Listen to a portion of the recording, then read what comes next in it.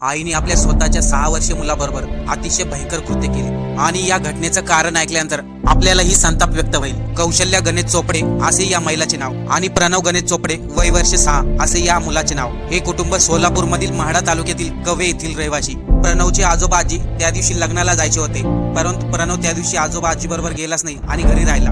पती गणेश चोपडे हे देखील कामावर गेले होते। घरी आई आणि 6 वर्षीय मुलगाच होता। नेमकं काय घडले हे पाहण्या अगोदर चॅनलवरती नवीन असेल तर सबस्क्राईब आणि फॉलो नक्की करा।